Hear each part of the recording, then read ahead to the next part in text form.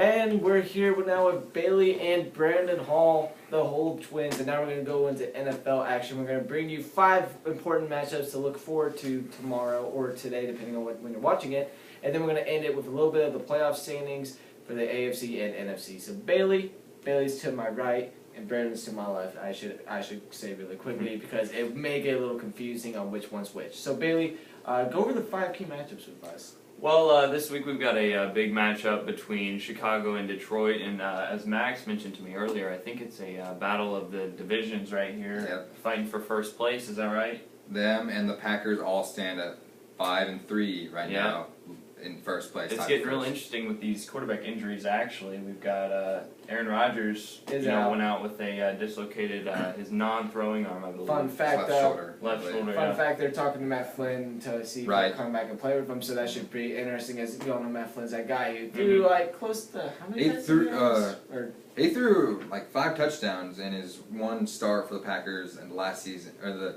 last game of the season. Did he break a passing yard record though? He broke the team record in passing yards. yards. Yeah, because Matt Stafford was like having a shootout with him. And that's when that game got really interesting. Yeah, Green Bay tends to always have good backup quarterbacks. Except for Seneca Wallace did not do very well Monday night. Okay, he did awful. We won't touch on that then. But yeah, we've got the Chicago Bears versus the Detroit Lions, and Detroit's powerhouse offense. I think they can roll right through the Bears defense, and I heard Jay Cutler's coming back this week. Yep. He's supposed to come back from a strained groin. Mm-hmm. Question is, will he start? That's what the big question. Right. Because whatchamacallit? What's his McCown? Yes. Josh know McCown. this. Yeah, he's been doing very well actually. Mm-hmm. Who would have thought of Josh McCown? I think that opens up a lot more for Brandon Marshall and Matt Forte if Cutler's back though. So who do you got for the game?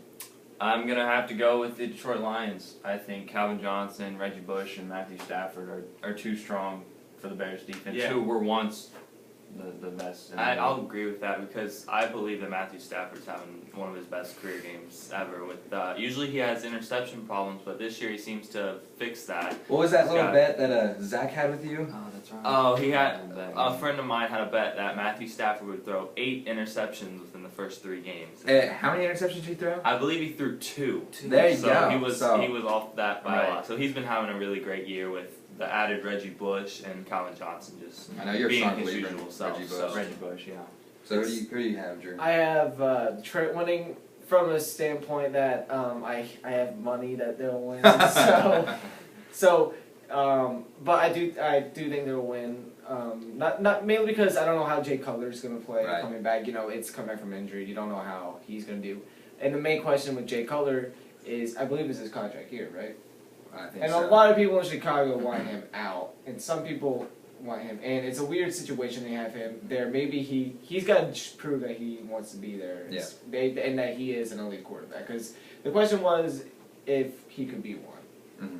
I'm gonna disagree with you all. Of course. Maybe because I'm a Bears fan and I believe in them a little bit more.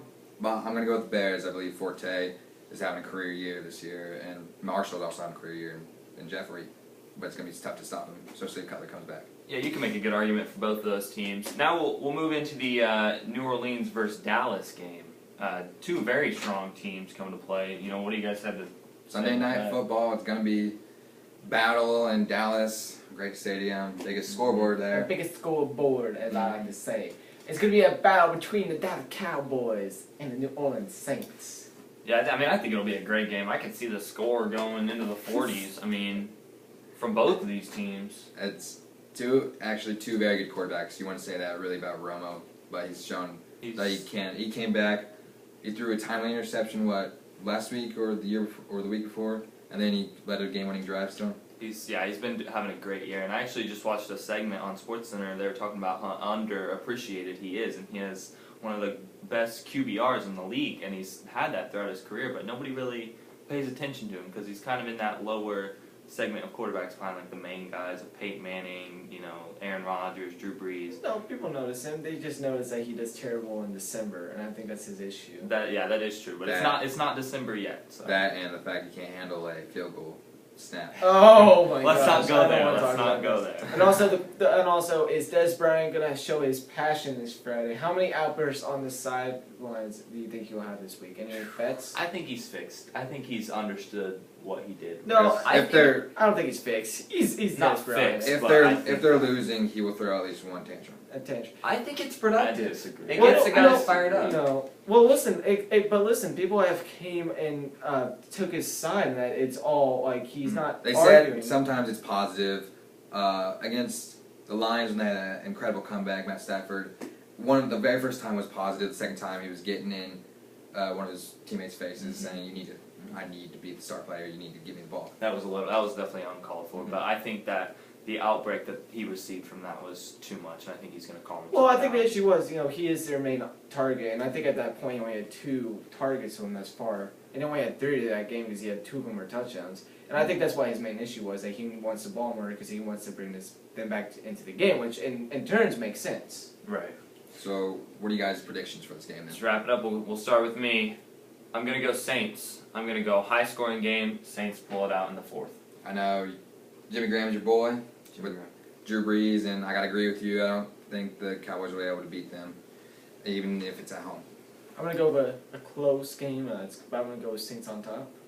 I'm going to have to agree with all of them and go with the Saints as well.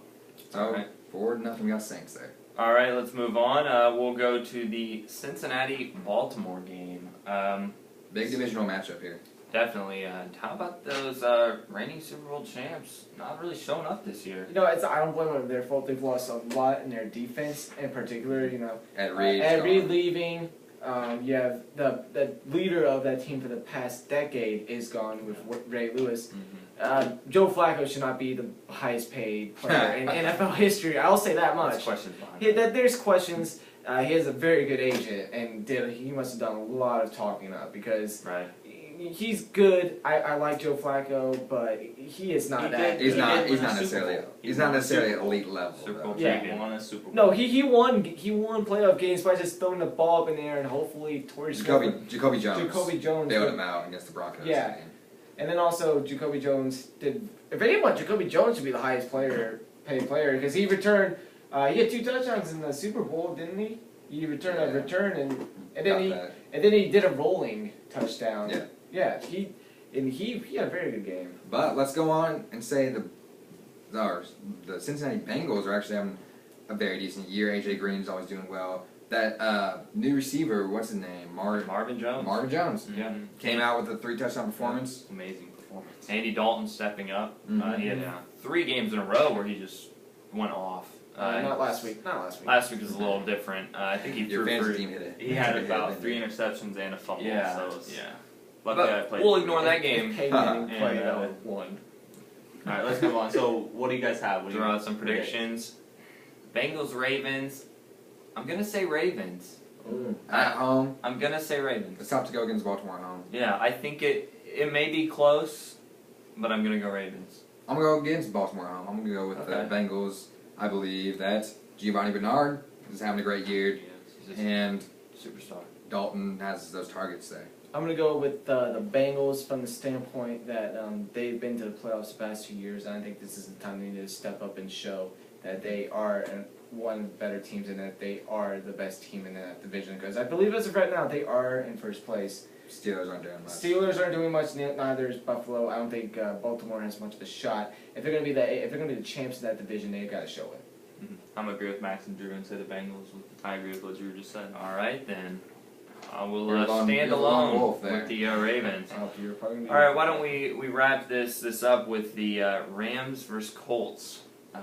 Any thoughts on the Colts looking Nope. strong lately? Andrew T.Y. Luck, And T.Y. T.Y. Hilton. Hilton. T.Y. Hilton was the only discussion. I think we all going to say any of us Yeah. will win. Yeah. We can all agree Okay, on that. so I think the main thing we should talk about here is how much should T.Y. Hilton step up, or should he be the one to step up as a leader of that wide receiver core, as he did last game? He did end up having 3 touchdowns, which it helped me out. Didn't really help me out fantasy because he had Andrew Luck. But the question is, should he be the one to step up? And I believe he should. Yeah. I believe he should. I believe we also need a little bit of help from some of the lower roles. Hayward Bay. He went injured too. Yeah. Hayward Bay. But also, Brazil? Levon Brazil, that's what I was going to say. He's been on the organization for a little bit now, and Maybe. he needs to step up his game. And also maybe Fleener needs to step up his game as well. He's been doing very He's well. been doing though, very well. ever since the Dwayne Allen. Yeah. thing.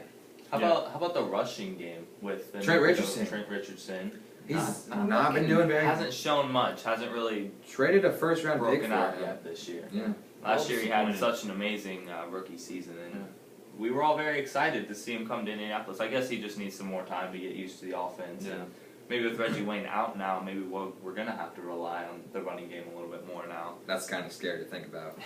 I think we can trust Richardson, but we'll see how it goes. He really needs to step it up. All right. So as Bailey said, it's all the time we have to talk about that. Brennan, do we have a time? Do we have enough time for you to do this next segment? Sure, we can go over the standings real fast. Obviously, with the NFC, Seattle's leading that 8-1, and then AFC, Kansas City's leading that. And I just wanted to touch on that because Kansas City's 9-0 and Seattle is 8-1, and so it makes you think: does defenses really win football games? Because both of these are obviously standing out as the top defenses in the I'm league. gonna make a statement here, and that Kansas City's gonna go 14-2 because the only good team they play is Denver twice. That is true. And if you look, they haven't played a team with a winning record yet, which also helps them out a lot. They did play the Cowboys, who were just barely got the winning record. But My they bad. haven't played them. They didn't play them at the time they were winning. Record. Yes, so like I said, if they played no one with a winning record at the time they played them. Thank you, Max, for that fun fact. So Kansas City is in a very lucky situation. We'll They have a And it very helps- good defense. It helps to have a very good defense when your offense isn't that good. Well, And they are Kansas about City to shows play the Broncos. They have to play them twice. Mhm. They're on their bye week right now, and Denver just has probably the best offense in the league, we Yes. could say. So that's really where they're going to have to But it focus. also does help when they make the schedules. They look at last year's record. When you go 2-14, they're going to try and make you an easier record. Yeah. And so True. that really helped them out this year because their defense stepped up out of nowhere. They picked up Alex Smith, who has done very well, and, No, and- Jamal Charles is having a great year too. And also, I'm going to say really quickly because Seattle has lost 2 wide receivers. Sidney Rice is on the IR now, and Percy Harvin hasn't played a game this year. So their defense has been very good, and I guess you could say defense does win games big time for them because they really only have Marshawn Lynch as like a main option for scoring. Russell Wilson, he's done very good as well. But Marshawn Lynch has stepped up fantastically with all these injuries that they've been dealing with, and also all the performing enhancement drugs that they dealt with during the offseason. Very true. So I'll just run through the playoff standings right now as of November 9th, obviously. Seattle in first place in the NFC, and then we go to the Saints, Detroit, Dallas, San Francisco, and then Carolina. And then Chicago and Green Bay, both right there, 5-3, tied with Carolina. So let's just real quick go, who do you think's going to get that 6th seed? Carolina, Chicago, or Green Bay? Detroit. Chicago's going to win the division. All right. I'm going to go Yeah. with, actually, Interesting comment. this is going to kind of be my bold prediction, All right. but I honestly think Carolina is going to finish ahead of New Orleans. Very and bold I'll prediction. give, so pretty much swap New Orleans I and do. Carolina, swap those two, and I think New Orleans will get that 6th spot. Okay, well, All right. that's a bold prediction, but I'm not even going to comment after that prediction. who would have predicted Kansas City 9-0? Yeah, exactly. So I I think you it's have to safe to make say. predictions like Yeah. that. It's a good point. Let's go through the AFC. It's alright. The AFC, we have Kansas City in first place, 9-0, like we mentioned. New England, Indianapolis, Cincinnati, Denver, and then the New York Jets. The Jets creeping in on there in 6th place. I mentioned this on Thursday when I was on the radio, but because I didn't realize the Jets were in playoff. If the season ended today, they'd be that 6th seed. Yeah. And then if you look under that, if you just mention the next 3 teams. We have Tennessee Titans, Miami Dolphins, and then the San Diego Chargers. So who would finish? Who would be that team that would finish ahead of them? So due to the AFC being very weak this year, and there's only like 2 solid teams. Mm-hmm. Who's gonna get that last spot? And I think that's a big question. I think the Dolphins could make a case for it. I think the Chargers will probably get it, though.